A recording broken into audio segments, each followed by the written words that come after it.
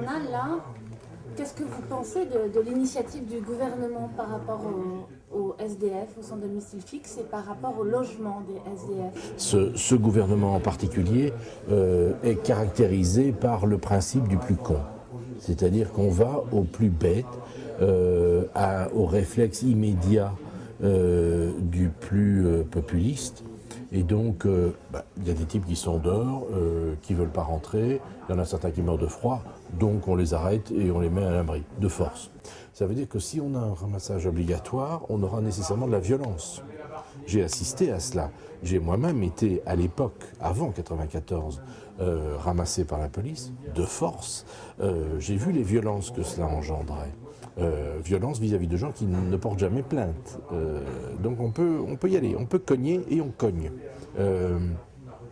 Donc déjà, c'est la porte ouverte à la violence. Par ailleurs, il y a un problème de droits de l'homme. Au nom de quoi va-t-on prendre des gens qui sont conscients, qui sont debout, qui ont construit un petit chez eux, pour les transporter ailleurs, ce qui veut dire que ce qu'ils auront réussi à construire un petit peu va être totalement bousillé après quelques jours. Bon, sans entretien, ouvert à tout vent, etc. etc. Bon, donc on a déjà là la destruction d'une micro-vie sociale de gens qui vivotent comme cela. Derrière ce pseudo-souci de sauver des gens en danger, il y a une volonté profonde de normalisation et de répression.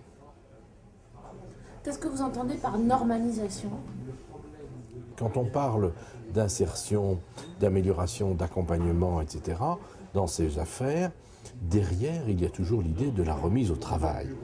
On a affaire à des populations qui sont malades, qui sont faibles, qui sont peu amènes de travailler, à la fois pour des raisons de compétences, mais aussi pour des raisons simplement de santé. Et donc le travail pour eux est un pur mythe. Ils sont dans une situation chronique, tout le monde le sait.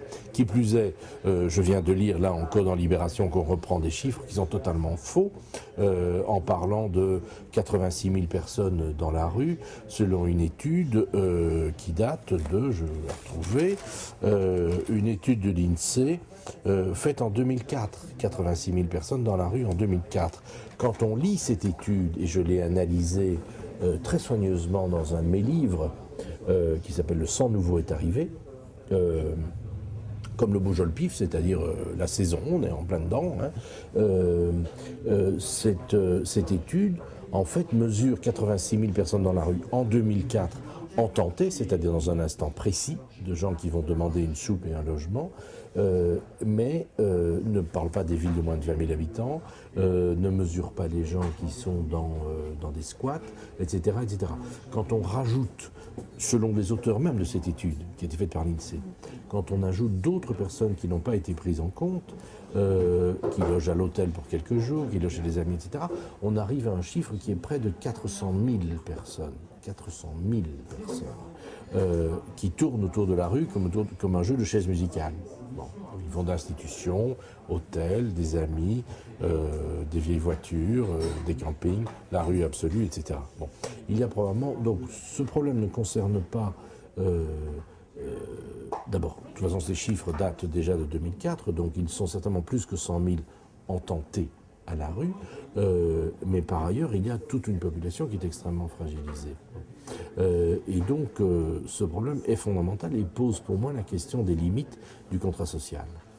C'est-à-dire, jusqu'où est-ce que la société se sent responsable de faire vivre ces gens autrement, en respectant leur fonctionnement, leurs limites, et autrement que de les faire vivre enfermés dans des asiles. Dans des asiles au mauvais sens du terme. Alors, justement, si on voulait faire l'avocat du diable et les mauvaises langues, vous diront que, pour une fois, un président en personne, Nicolas Sarkozy, prend la responsabilité de leur donner un logement. Ou du moins de prendre des choses en main. C'est comme si on disait que tous ces braves gens qui sont à la prison de la santé, on a pris la responsabilité de leur donner un logement. C'est quand même plus compliqué que ça. Qui plus est, il y a là, et ça c'est typique aussi de Sarkozy, qui est un pseudo moderne, c'est qu'on est en pleine régression. On est en pleine régression vis-à-vis du code pénal. On est en pleine régression vis-à-vis de l'histoire. La brigade d'assistance aux personnes sans abri, qui est une brigade de la préfecture de police qui tourne et qui prend les gens dans la rue, qui les prend maintenant volontairement, depuis 1994, les prenait manu militari avant 1994, et c'est une brigade qui a été fondée en 1954. C'est-à-dire qu'on est, comme d'habitude, avec Sarkozy, dans les années 50. On retourne aux années 50 et à la charité musclée. On sait très bien que tout ça, en fait, ne sert à rien, parce que ces gens, il va falloir de toute façon les laisser sortir. Et donc, ils vont sortir encore plus démunis que l'état dans lequel ils étaient entrés. Parce que ce qu'ils ont réussi à se constituer, ils l'auront perdu entre-temps. Ce sera volé, ce sera bousillé, ce sera dispersé. C'est-à-dire que, en fait, j'en suis arrivé à penser que